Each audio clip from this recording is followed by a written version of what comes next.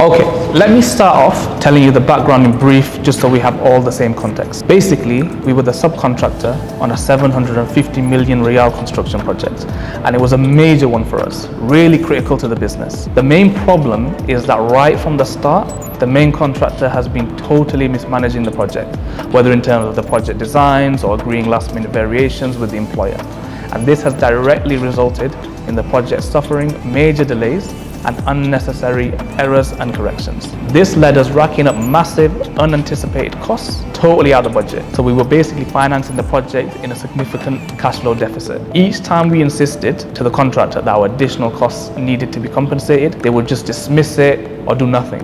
And that's basically because they are the ones at fault, and also probably because they didn't want to create any tension with the employer. So by about a year in, we were completely out of funds. We hadn't received any payments whatsoever, and we couldn't carry on. We simply didn't have the cash to keep paying for the procurement.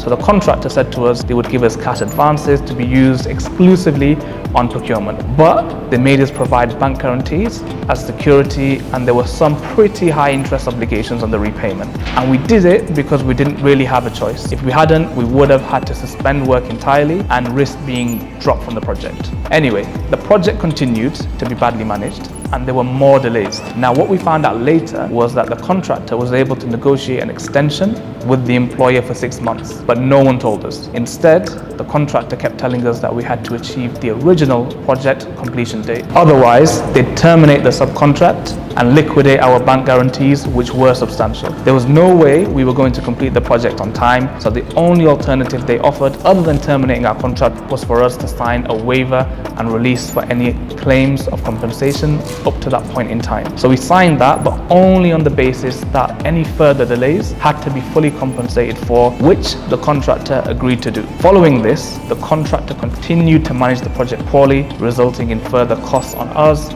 Then, after several more months of delays, the contractor just liquidated bank guarantees, saying that it was our delays that triggered the overall project delays in the first place. So now we really need to understand our rights and what we can do to protect our position.